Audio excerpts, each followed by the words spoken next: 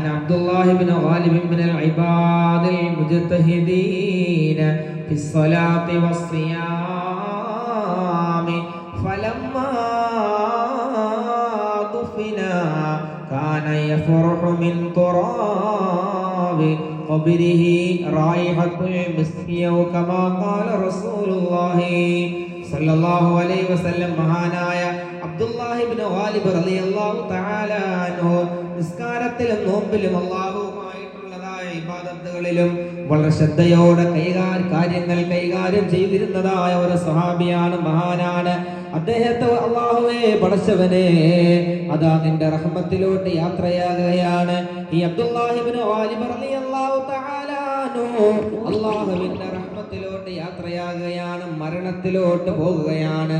അദ്ദേഹം മരിച്ചതിന് ശേഷമുണ്ടല്ലോ, അല്ലാഹുവേ പടച്ചവനെ, അദ്ദേഹം മരിച്ചതിന് ശേഷം ഖബറിലോട്ട് ഇറക്കി വയ്ക്കുന്ന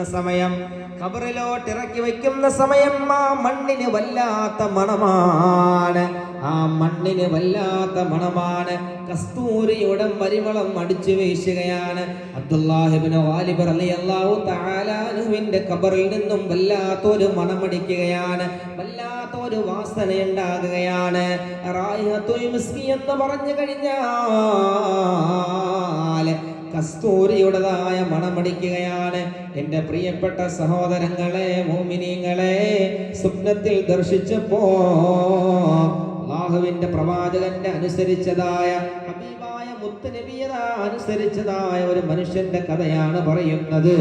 അല്ലാഹുവേ, അദ്ദേഹത്തെ ഒരു സ്വപ്നത്തിൽ ദർശിക്കാൻ സാധിച്ചപ്പോ അവരോട് ചോദിച്ചു, നിങ്ങൾ എന്തുകൊണ്ടാണ് ആ കസ്തൂരിയുടെ മണം നിങ്ങളുടെ ഖബറിൽ നിന്നും അടിച്ചു വീശിയത്? എന്ത് കാരണത്താലാണ് നിങ്ങളുടെ ഖബറിൽ നിന്നും ആ കസ്തൂരിയുടെ വാസനയുണ്ടായെന്ന് ചോദിക്കുമ്പോ അവിടുന്ന് മറുപടി പറയുകയാണ്, തിൽക്കർ റായിഹ തിലാവത്തിൽ ഖുർആനി വല്ലമഈ. എന്റെ ഖബറിൽ നിന്നും കസ്തൂരിയുടെ വാസന അടിച്ചു വീശിയത്, എന്റെ ഖബറിൽ നിന്നും കസ്തൂരിയുടേതായ മണമുണ്ടായ കാരണം എന്താണെന്നറിയുമോ? ആ മണത്തിനുള്ളതായ കാരണമെന്ന് പറയുന്നത് പരിശുദ്ധമായ ഖുർആൻ പാരായണമാണ്. മാത്രമല്ല, ഞാൻ നോമ്പും അനുഷ്ഠിക്കുന്നവരായിരുന്നു. ഈ പറയാനുള്ള കാരണം എന്താണെന്നറിയുമോ? അള്ളാന്റെ റസൂലും ഒരു സ്വഹാബിയും കൂടാതെ ഖബറിന്റെ ഇടയിലൂടെ നടന്നു പോകുകയാണ്, ഖബറിന്റെ ചാരത്തുകൂടെ നടന്നു പോകുകയാണ്. മുത്തുനബി മുഹമ്മദ് മുസ്തഫ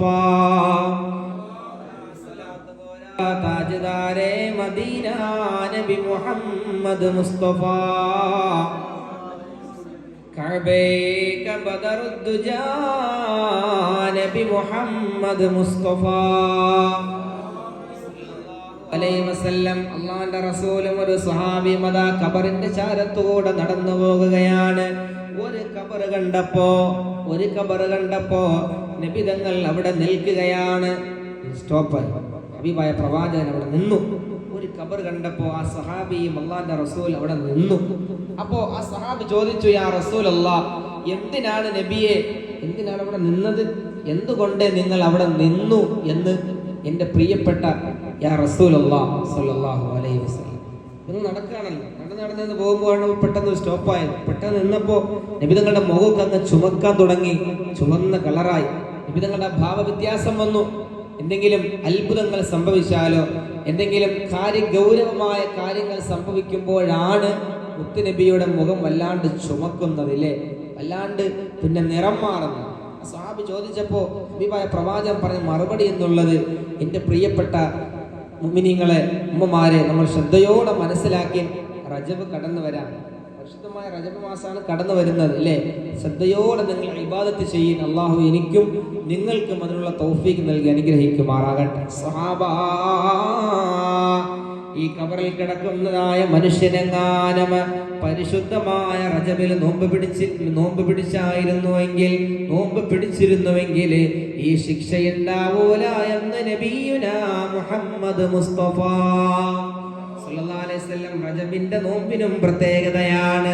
റജബ് മാസം എന്നുള്ളത് നിർബന്ധമായ നോമ്പിന്റെ മാസമല്ല. റജബ് എന്നുള്ളതായ ആ മാസത്തിൽ സുന്നത്തായ നോമ്പിനും പ്രത്യേകതയുണ്ടെന്ന് നബിയുനാ റസൂലുള്ളാഹി വസല്ലം പ്രത്യേകമായ പോരിശയില്ല എങ്കിലും റജബിലെ നോമ്പിലും ഒരു പ്രത്യേകതയുണ്ട്. റജബ് ഏതുപോലെയാണ് മഹത്വമായത്, ആ റജബിലെ സൽക്കർമ്മങ്ങൾക്ക് മഹത്വമാണ്. ഈ മനുഷ്യനെങ്ങാനും അള്ളാന്റെ മാസമായ റജബില് നോമ്പ് പിടിച്ചിരുന്നുവെങ്കിൽ ശിക്ഷയുണ്ടാവൂല എന്ന് ഹബീബായ മുത്തുനബി മുഹമ്മദ് മുസ്തഫ സല്ലല്ലാഹു അലൈഹി വസല്ലം. അല്ലാഹുവേ തൗഫീഖ് നൽകണേ അല്ലാഹ്, ഞങ്ങൾക്കും അതിനുള്ള ഭാഗ്യം നൽകണേ അല്ലാഹ്. റജബാണ് കടന്നു വരുന്നത്. അടുത്ത 2 ദിവസങ്ങൾ കഴിയുമ്പോൾ റജബ് കടന്നു വരുമ്പോ ആ റജബിന്റെ പോരിശ നമ്മൾ മറക്കാൻ പാടില്ല. ആ റജബ് അള്ളാന്റെ മാസമാണെന്നുള്ളതായ ചിന്ത നമുക്ക് വേണം. നമ്മൾ തട്ടിയകറ്റല്ലേ, പിടിക്കണേ എന്ന് ചരിത്രത്തിലൂടെ പഠിപ്പിക്കുമ്പോ അല്ലാഹുവേ ഞങ്ങൾക്ക് നീ തൗഫീഖ് നൽകണേ അല്ലാഹ്.